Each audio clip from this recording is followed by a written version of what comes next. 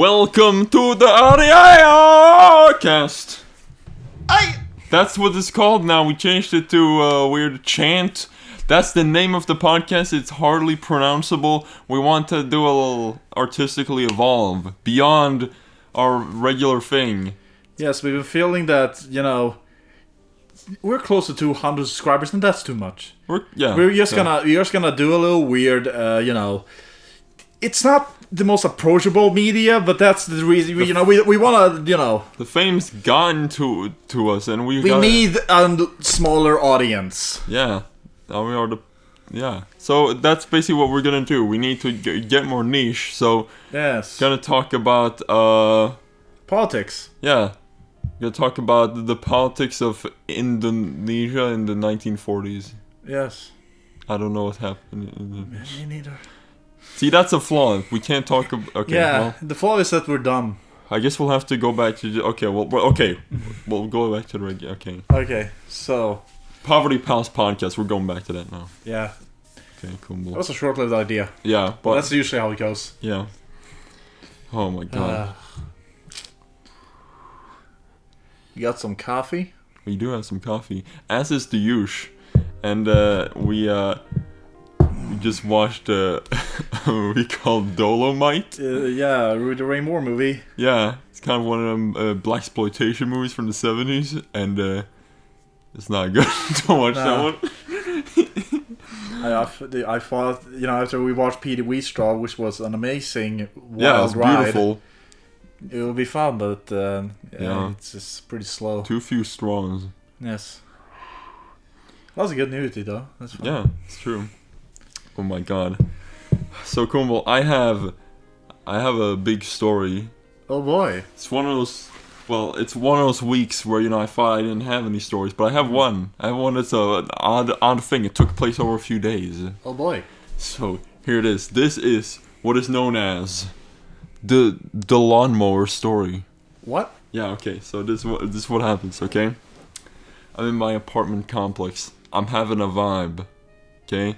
I walked down. I believe I was going to the store, and I see some balconies on the first floor, which is weird because this is a big crime-ridden area. But they have balconies on the first floor that you can just fucking throw a stone into the window and kill everyone. But Jesus. yeah. And on one of the balconies, there's a lawnmower that is sticking out of it. The gate of the balcony is just fully open, and the lawnmower is just sticking out. It's just there, standing. And is there a lawn for it to mow? Well, behind the house, sure, why not? Is that their property? Well, I'm getting to it. So, see, it's a story of intrigue. You begin and you're like, what's going on? But then, it's like life. You learn more as you go. Why would you have a lawnmower if not a lawn to mow? It's not my I need to... This is exposition, okay? I'm not accusing you of anything, love. Listen, let me... Here we go. Here comes. Okay? So, I was like, what the heck is going on here? First of all, why did they got a weird... It looked like one of them... It looked like a very fancy industrial lawnmower. It was like, wow, it's fucking bunch of shit. Hank Hill would be like, that's cool. So, it was sticking out of this balcony. And I was like, somebody's gonna steal that. But yeah, so I move on. And then... You mow on. Exactly. And I keep going. I come back, and it looks like there's this guy sitting on the balcony in one of his yard chairs, a little funny chair, and he's wearing like a fucking a handyman outfit, the kind of outfit that the person who like takes care of shit in your apartment building would be wearing. Like a janitor? Yeah, pretty much, janitor outfit, and he's just sitting in the lawn chair, just looking forward, and I'm like, okay, so that...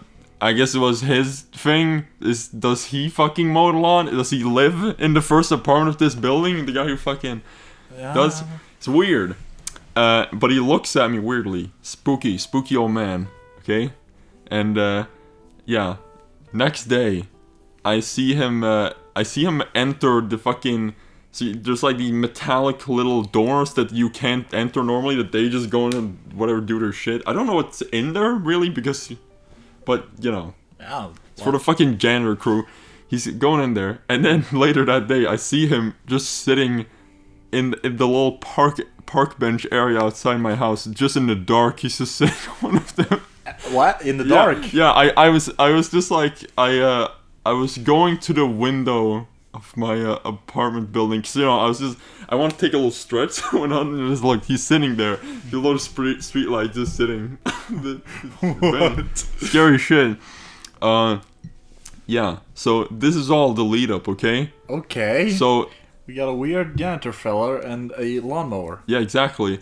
And finally, this is where it gets to this is where the story's leading here. So, one day, the day after, I'm walking behind my apartment where the grass is, and I see the man with his mower. Wow. Wearing his little janitor outfit. I'm like, okay, well, he's finally gonna mow the fucking grass. And it was actually the grass had gotten pretty thick. I don't know if he had neglected his duty for a long time, but the weirdest thing is that he was walking with his mower but the fucking blade of the lawnmower was just on the lawn. He had just taken it out.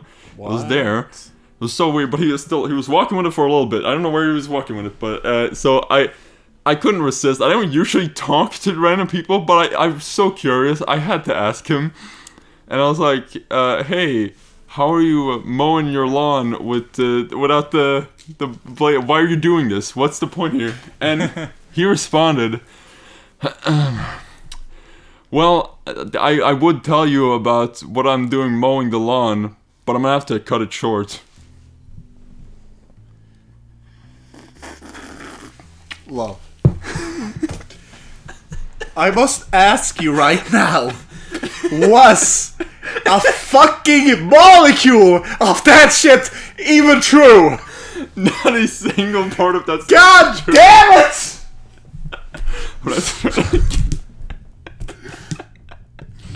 it! Nothing about that story was true.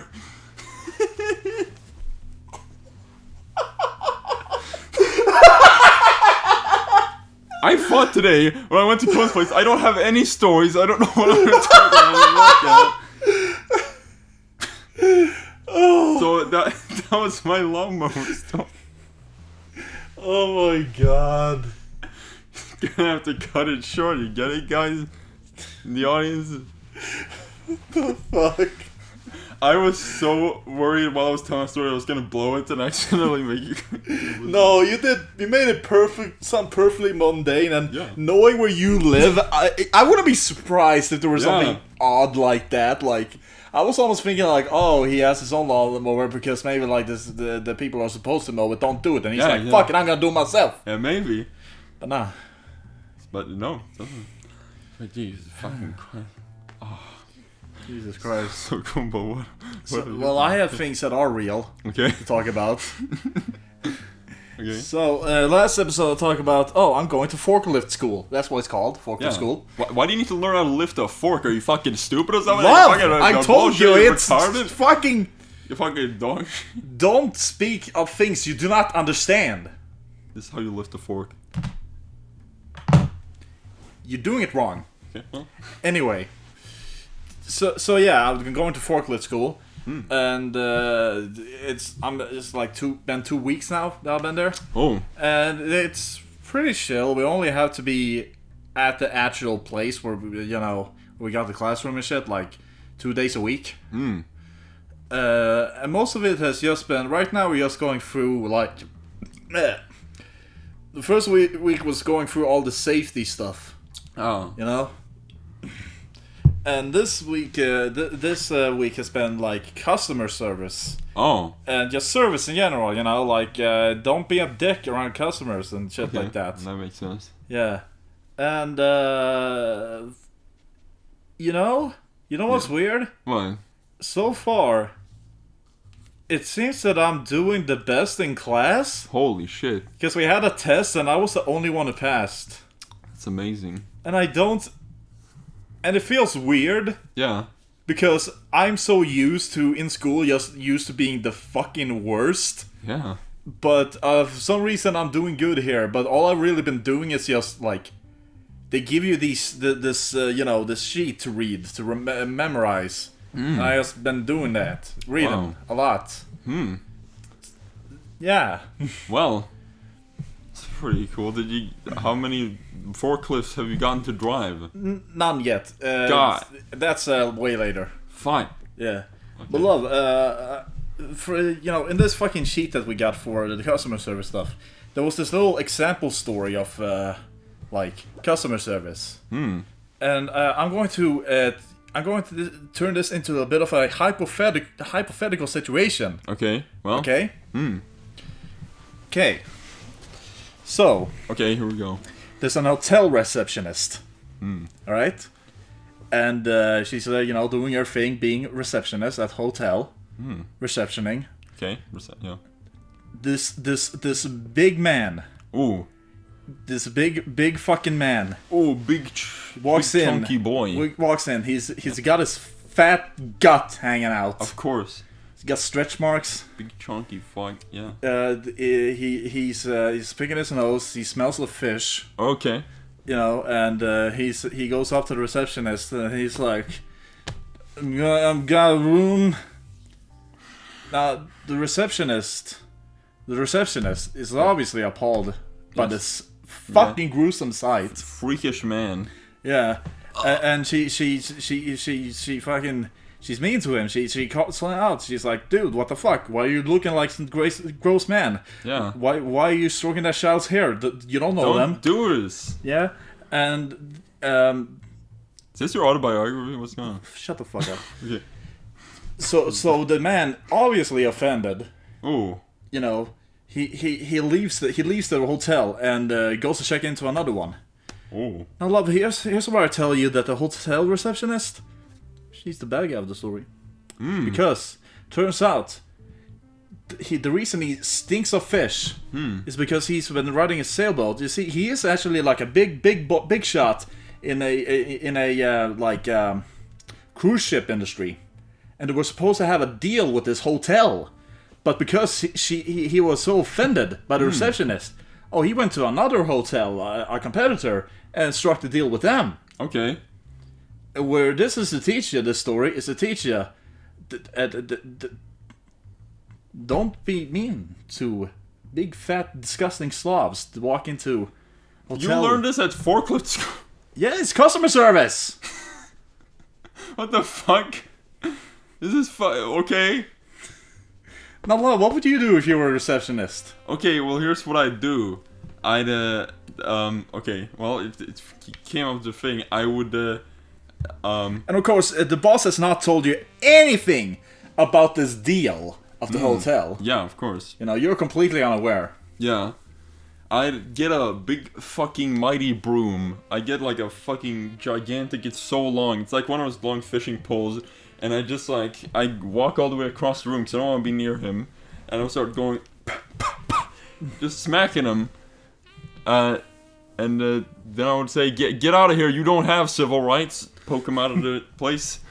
And yeah, then I call the police. You did it, you won. See, that's how you actually do. You gotta assert dominance and be like, you know what, I respect your chutzpah. You did it. You stood up to me, son. Yes. That holds me. So that's how you do it. Yes. Or in reality, I would be like, okay, and then I would check him in. Yeah. Yeah. Did you hear anyone else's answers? Were they like, oh yeah, I beat him up? Nah. Okay. I kind of lost my train of thought. Is this how you lift forks? Is this it? Yeah. Anyway, here's something to actually talk about. What's the fucking problem with people and phones and not being able to recognize that if you play something a full volume, everyone around you is fucking annoyed by it? Yeah, it's true. They especially in a confined place like a classroom. People don't realize that shit. Legit, there's this fucking dude in front of me that when we were having our study thing where we're just gonna read, sometimes he'll just fucking pull up his phone, watch some fucking news clip or something shit like that with the volume on. Oh. How do you not have the fucking brain capacity to understand that that's annoying? Yeah. Meanwhile, some fucking chick behind me. I was gonna say chick. That's not okay. Some fucking dirty old bitch. Oh jeez. someone behind me. Yeah. Fucking have their phone fucking going off like bling sometimes. Yeah. It's like if I had that happen to me, I'd be mortified. I'd be fucking. Oh my god! I'd be happy. I'd be so fucking embarrassed. Yeah. Oh. What's the fuck? I don't understand. People don't have this awareness, and it happens all the time. It's just people watching funny clips, and I'm like, these aren't funny clips. You're blasting them. What's going on here, sir? Don't like this nut at all. I won't be having this product. Listen, in school. Oh, for real though, that's fucking annoying. It is really annoying, and it happens all the time. Yeah. You know, in school, I've had some hijinks. Mm-hmm. Boy, let me tell you about the hijinks. So, I probably talked about that one actually. It's funny, we had a repeat of something we did last year because I wasn't supposed to go to English this year but whatever, yeah. I'm still in it. So we're reading a fucking Oliver Twist thing again, the same chapter of the fucking weird anti-Semitic guy who's called the Jew 80 times. Again? Yeah, it's weird. We just read it again, and it's amazing because there's a few discussion questions with that one, and one of them is, should Oliver Twist have known better than to get involved with these criminals? Weird question. First of all, isn't Oliver Twist like 10? Yeah, exactly. He's like this fucking little 8-year-old boy who got kicked out of an orphanage or some shit. Yeah, from what I remember from the fucking movie, at that point where he got involved with those people, he was fucking starving, homeless, and like lost in the fucking middle of London. Yeah, starving and like and exhausted from walking all the way from whatever the fuck he came from to London. Yep, and once again, the question also is phrased weirdly because it's should he have known? Well, he's a fucking child. How could he have known? Yeah, and so it's like, so I was in a discussion with a group with this other guy, and we completely agreed. We were like, what the fuck? Maybe, well, I don't know if he should have avoided them, frankly, because they were the only ones who gave him the way to actually get food. Yeah. In the 1800s, everyone's fucking dying. And I was like, you know what? Yeah. And so we go back into the classroom, and this is one of the things that everyone discussed separately. And it turns out we're the only ones who think this.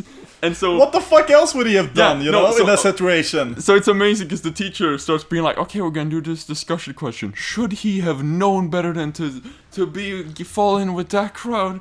And it's such a question that's like just meant to be like, oh, I'm a good boy. It's like see, I feel like I don't know, but we were like, well, in the context of the 1800s, blah blah blah, and we went our spiel, and he was just like,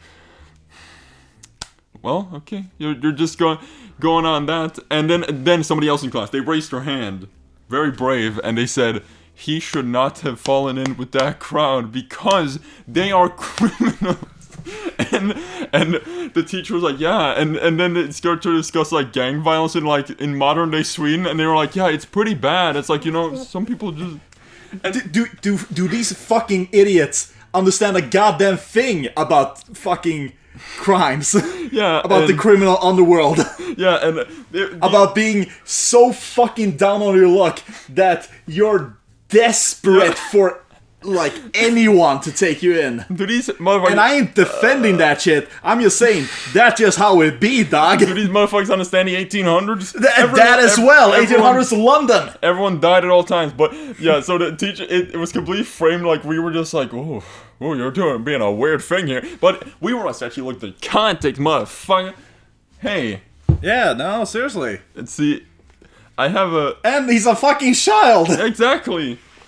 I have how's he supposed to? That's no fucking point of reference. Yeah. So I had this isn't something I would usually do, but I think this would be very entertaining to read. So I had a writing assignment. In this English class. And as anyone who knows about my school might know, is that I'm kind of memeing. I'm like, you know what? I'm just having a good time. I'm doing a goof here. And our assignment was to write a follow-up chapter to a thing we read of Mice and Men. You know the story about the big fat retard man and his Jesus Christ. and his little Englishman friend, whatever. They were American South. It's the same thing, but it's the classic story of that. So yes, I read the book. Yeah, asked me to do a follow-up chapter, and Oh no. Yeah, and I remember somebody in class asking, can we make it all spaced out? And she was like, yeah, sure. And that just stuck in my head. Oh my god. And so I'm gonna read some of this because I'm legit. This is one of my favorite pieces of writing I've ever done. Here we go. So, okay, to clarify, George is the little boy who takes care of the big boy named Lenny. Yes. Okay, so here it is. George wakes up. His eyes adjust to the bright white sunlight of the warm summer morning. As he gets up from his makeshift bedding arrangement, he scans his eyes around the environment in search of his somewhat dim-witted companion Lenny. This is almost a morning tradition for George at this point, considering how prone Lenny is to go exploring when his eyes are turned. He breathes a sigh to suggest he's not exactly surprised, but just a little peeved. He heads down the trail looking for the gentle giant he had, for some reason, decided to be the caretaker of. After a brief hike down the path, paved with fallen leaves, acorns, and any other various pocket-lint Mother Nature had dropped, he sees him. That's one of my favorite. That's a good line. Lenny is standing under a large tree, gazing up at its dense, gnarled branches in deep concentration. George shouts, "Lenny, what do you figure you're gonna find up in that there tree?" He walks towards him. you even wrote out the dialect. Oh yeah, because that's what it's like in the text. It's so many weird shit in it. He walks towards him. As he does, Lenny turns his gaze to him. "I just saw a cute little critter skittering up the side. I apologize, George. I didn't mean to worry you." George's face reveals a little smile as he's relieved it wasn't anything major. He pats Lenny on the back in a brotherly fashion and urges him to come join him for breakfast.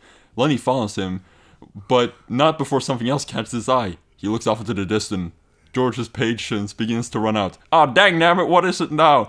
George looks in the direction Lenny is, and sees an enormous intergalactic space cruiser studded with 8 million watts neon lights, and at least 20 materials not occurring on Earth's periodic table. Lenny asks, "What's that there contraption?" George breathes a sigh of disappointment. "It's a darn futuristic intergalactic space cruiser, Lenny. No wonder you wouldn't ever get into any damn school. Come on."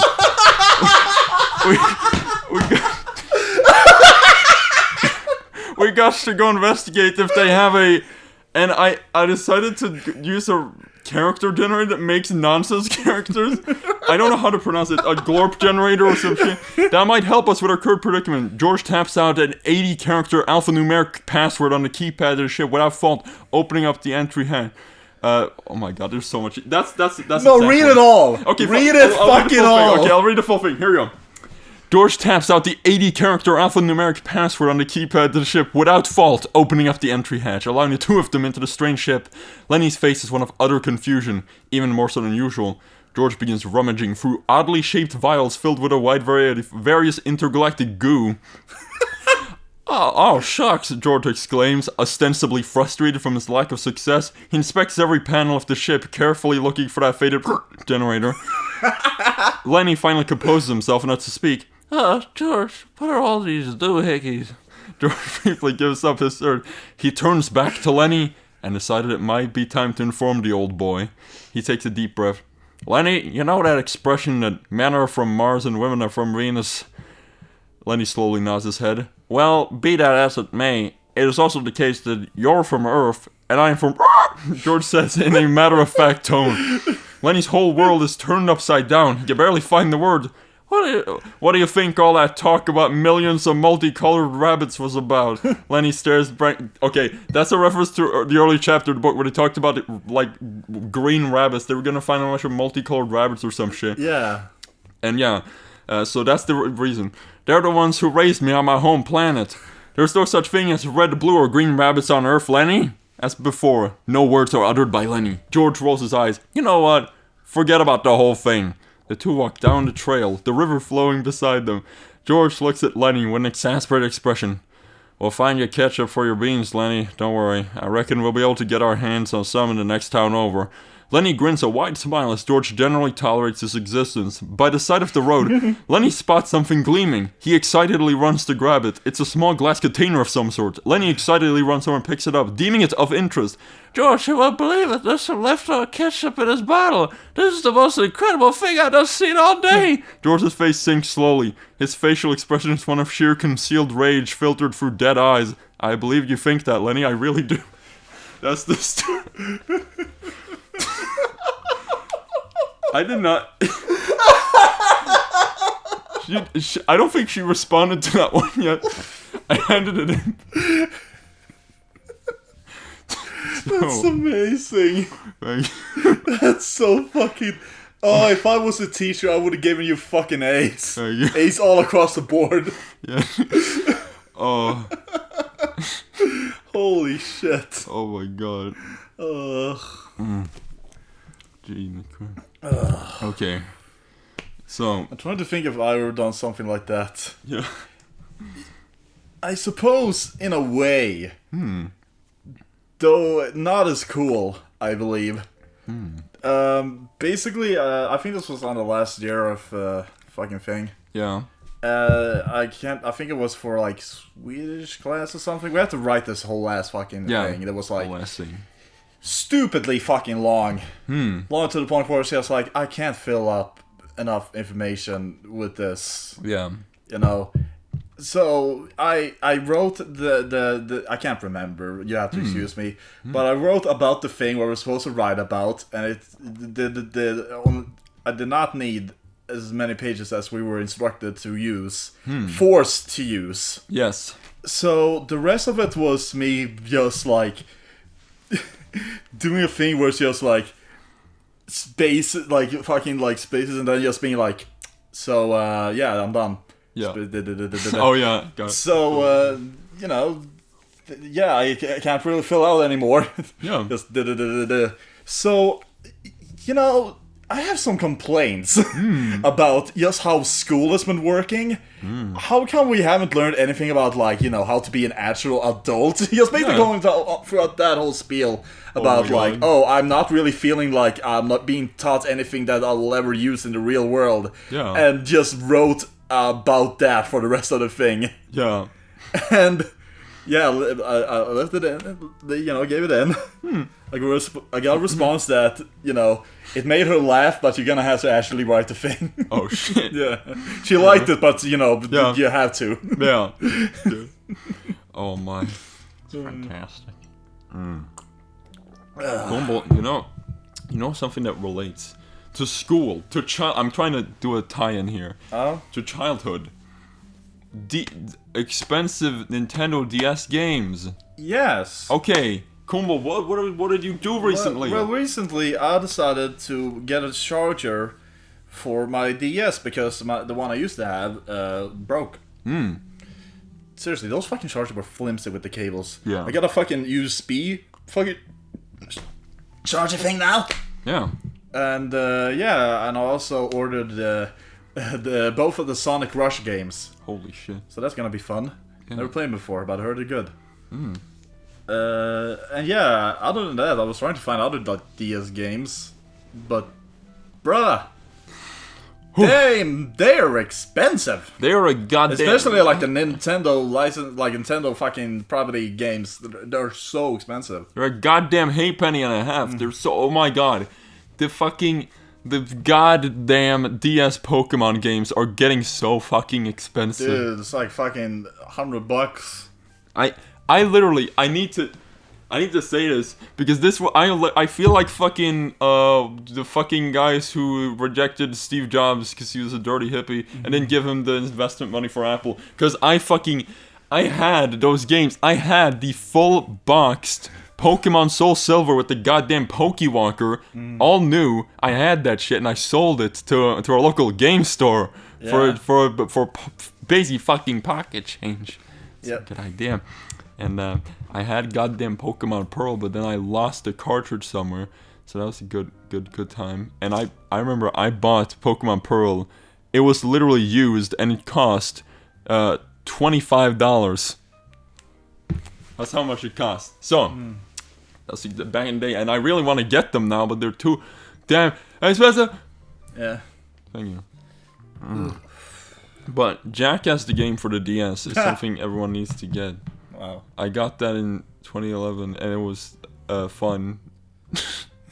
I still have it. Well, obviously the best game that I ever had on my DS was... Pipe Mania? Yeah. What? Sorry. The fuck did you say? Pipe Mania? I don't even... The best game that I obviously had was fucking Sonic and the Dark Chronicles. Oh yeah! Or what the fuck it was called. Is that... Yeah, that's the RPG one. Crazy. Yeah. The crazy music. Yeah. MIDI. Oh. Oh jeez. It's a beautiful one. Bro, I had that Sonic collection where it was Sonic 1 to 3 and Knuckles. That was the coolest shit to have on the DS. I think I'll maybe get in that one. Yeah. It's cool shit. Oi.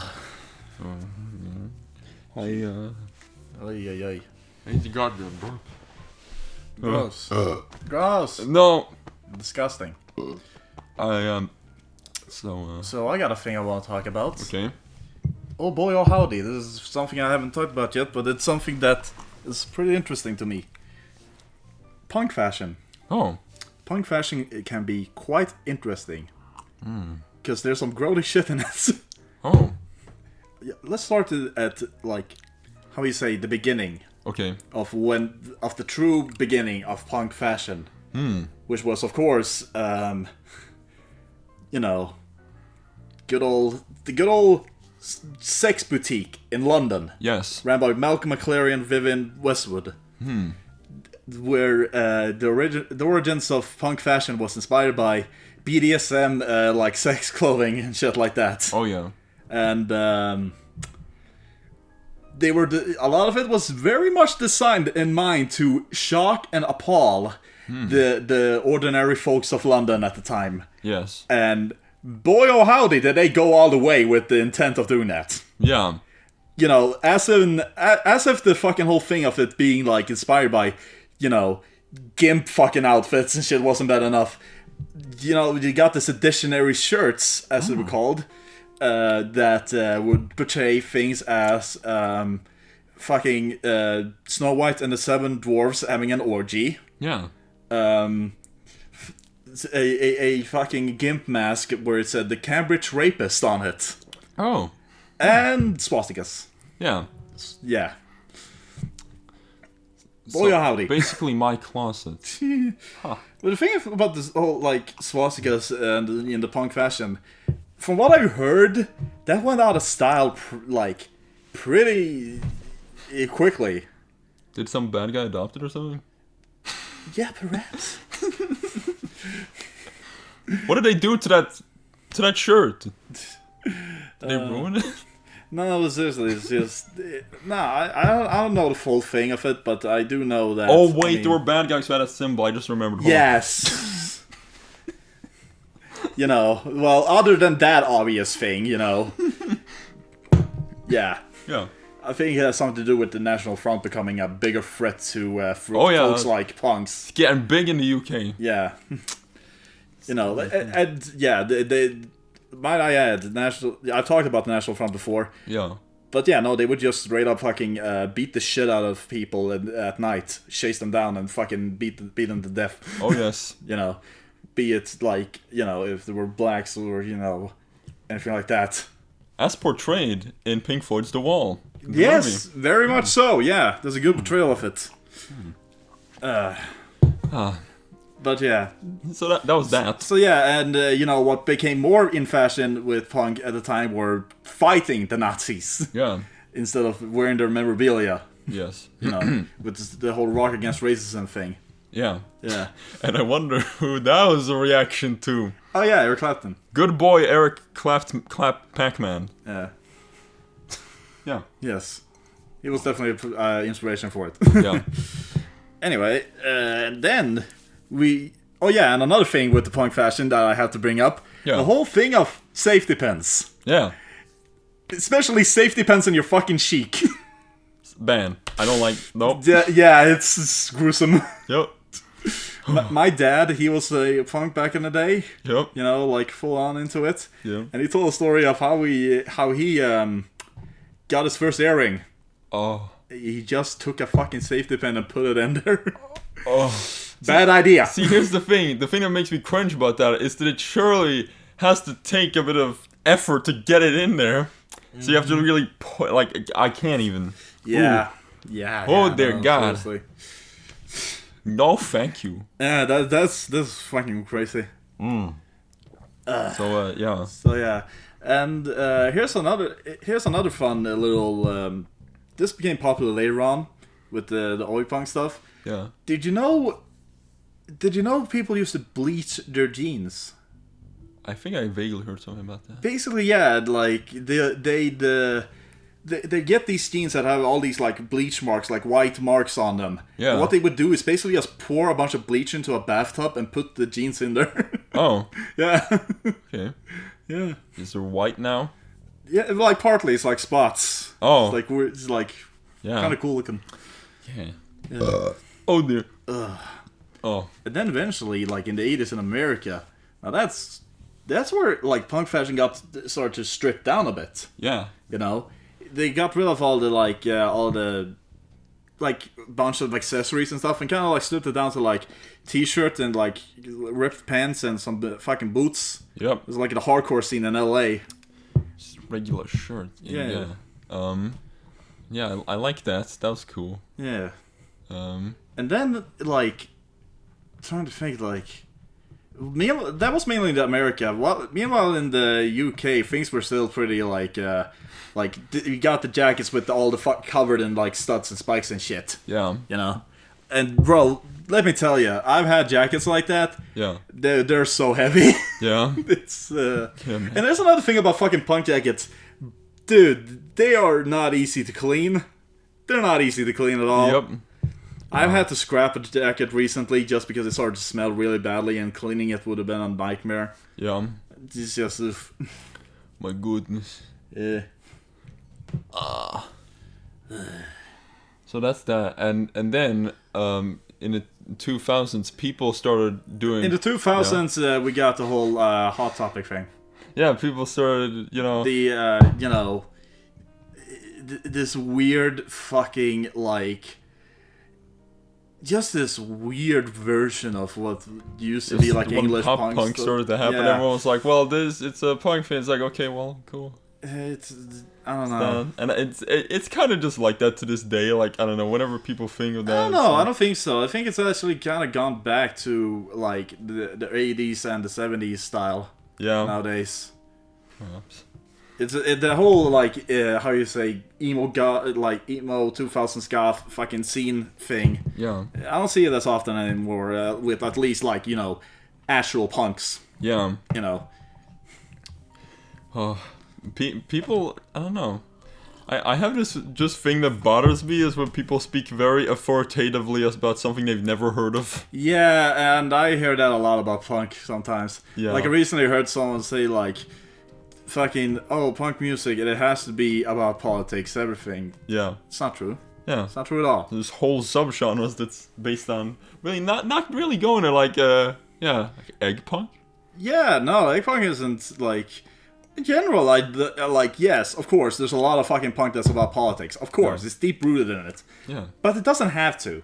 Yeah. There's no obligation to do that. Even like some of the most like overtly political punk bands, like I don't know, like for example, Jello Biafra, he's like so politically engaged every second he's talking about it, but also he has tons of songs that aren't really political, like fucking Road Rage, like Dog Bite. Well, I think in general, just like punk songs is just about fucking life. Yeah, man. And politics is a part of fucking life. Yeah, you know, real shit. See, I'm a little bothered that they didn't take the opportunity within like a lot of the punk spheres to do a sequel to Rock Against Racism when Eric Clapton said the COVID thing. I mean, they Rock Against Racism fucking shows are still happening. Yeah, but they should have done Rock Against Medical Misinformation and just keep every time Eric Clapton says something, they just make a new one. That would have been funny.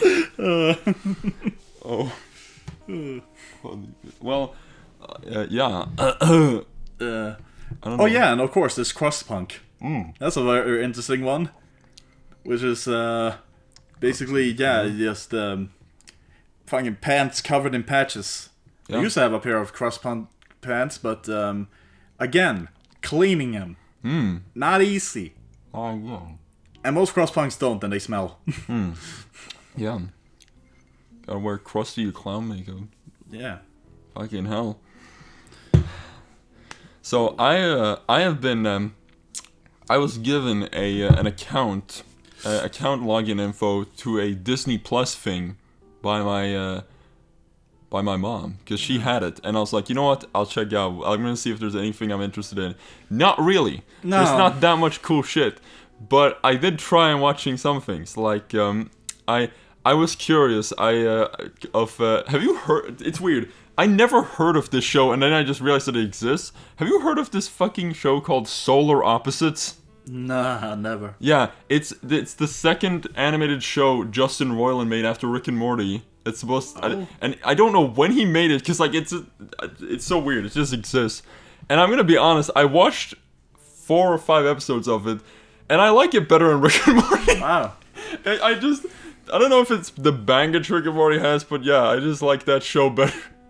It's just more interesting. I remember fucking when he put out that VR game. Oh, that was really bad. That's a stinky one. That was really fucking bad. Yeah. The writing, that is. It's beautiful. It's just like, it got annoying. Yeah, definitely. Oof. Oh boy. Yeah, no, man. Yeah. I guess Smiling Friends is the only like TV show that I'm like excited about now. Oh yeah, Smiling Friend. Yeah. I love him. Yeah. There's a new preview clip where he's gonna make me chuckle hard. The wish hand is wish. Yeah, this is the was the noise. Yeah. Oh. Well, Kumbel, do you wanna talk about music we have listened to? I suppose. Yeah. Well, I'll let you start. Okay. Well, here's the thing.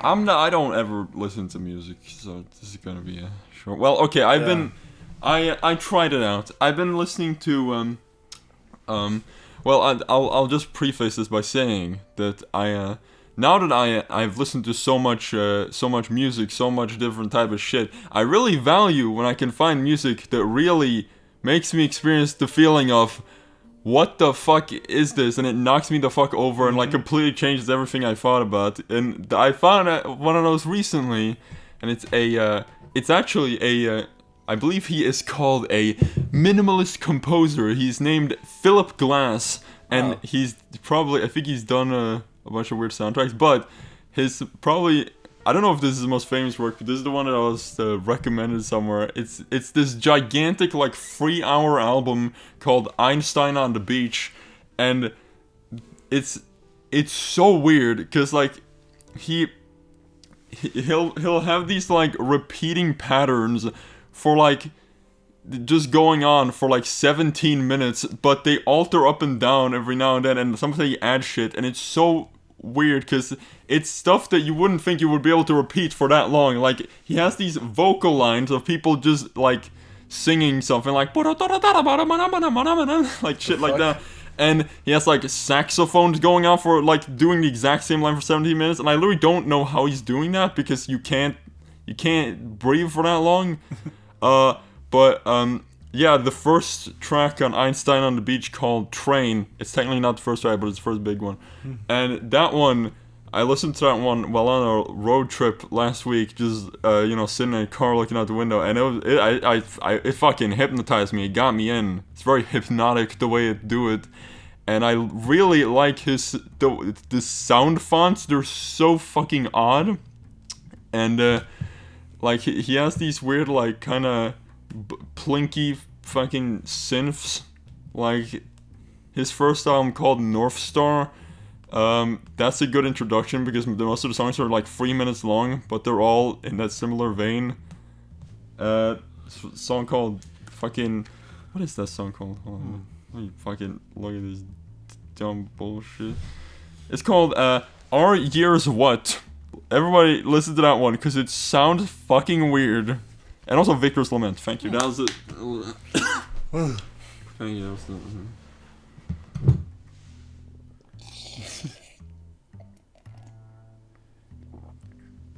are you looking at? I'm looking at you, Kumbo. You are. Well, this time for music talk, I'm not really gonna talk about new music. Yeah. I'm just gonna talk about music that most people know about. Yeah. I just talk about the fact that I feel like I've found 2 bands that are like perfect for me to listen to. Whenever I'm drawing like really weird, like my weird surreal cat girls. Yeah. And I found the bands that give me like the right energy, the right like fucking otherworldly fucking sound. Yeah. It's Black Sabbath and King Crimson. I never heard of them. No. Yeah. Yeah, no, So it's that's cool. yeah. Yeah. Oh. I don't know what the fuck it is about them really that just makes my brain go oh and fucking just get me in that mood. They're just It's just some fucking like weird like otherworldly thing about them that's also rooted in some sort of like darkness. Yeah, exactly. It's very dark. It goes all crazy. Yes. It sounds very doomy occasionally. Yes, definitely. Yeah. But yeah, I'm a big fan of those bands, even though I've never heard of them, as I said. King Crimson actually has an interesting honor in my brain, and that they are one of the few bands who has made a song that almost can make me fucking cry on command. The latter half of a song they made called Starless from an album called Red, which is probably their most accessible album after the first. The latter half of that song is so fucking cool. It's like it does the equivalent of like I'm a big fan of when a fucking anime does a thing where in the last episode of a show they will like in the coolest scene they'll play like the theme song or some shit like that. Those kinds of moments. It does that in the context of one song because it has a melody at the beginning that's this very melancholic kind of thing going on, and then it's always transitions away from that and it goes all weird. And then it just slowly starts working its way back up. And then that melody comes back at the end, but it's so much fucking heavier and it just hits you in the face. It really... That fucking song. Yes. I need to listen to more like King Crimson albums because the one I listen to the most is of course In the Court of the Crimson King. Yeah. I don't know why, but it's like without fail that one is just like... Yeah, I mean it's the best one. Yeah, it's fucking amazing. Yeah, that's... And that one is like, I don't know what it is. It just feels like I'm being taken to another world. Yeah, it is very otherworldly. Yeah. Very unique in that sense. This weird like fucking like artistic fucking plane of existence. Yes. It's so fucking weird. Well, you see, the fact that I'm fucking describing this in such abstract details explains why it's so fucking good for me drawing my goddamn surreal cat girls. Yeah. I'll do this shit. I need to draw more porn. I'm getting... Do it! I'm getting fucking... I'm too busy making my fucking Walt Jesse animation Five Nights at Freddy's. I don't even have time to draw my porn. Wow. Hi, brother, if you're listening to this, what's going on? Family? Oh. Grandpa? So... That's... I don't find... I'm gonna review. Here we go. You know what? This is the final segment of the podcast. Oh my god. Here it is. I'm gonna review every single King Crimson album in one word. Here we go. What? In one word, I'm gonna review every King Crimson album. Okay. This is in one word. This is a quick guide for anyone who's curious. What? Okay. One word for each. Okay. Okay. Okay. In the Court of the Crimson King. Masterpiece. Lizard. 1970. Mixed. In the Wake of Poseidon. I'll listen to some of that. Copy. Islands. Good. Lark's tongues in aspic. Oh. That's not a word. Unique. Starless and Bible Black. Inventive. doing this in one word was a terrible idea. I'm just Red. Second masterpiece, Discipline. I haven't listened to it. Beat. I haven't listened to it. Free for Pay. I haven't listened to Frank. I haven't listened to it. Construction. I haven't listened to it. I'm sorry. I've ruined it. And that was the expert review on King Crimson. Yeah. Love, did you know there's a fucking JoJo character called King Crimson? I didn't know that. Did you know JoJo references classic rock bands? No. I don't want to do this anymore. We'll stop that.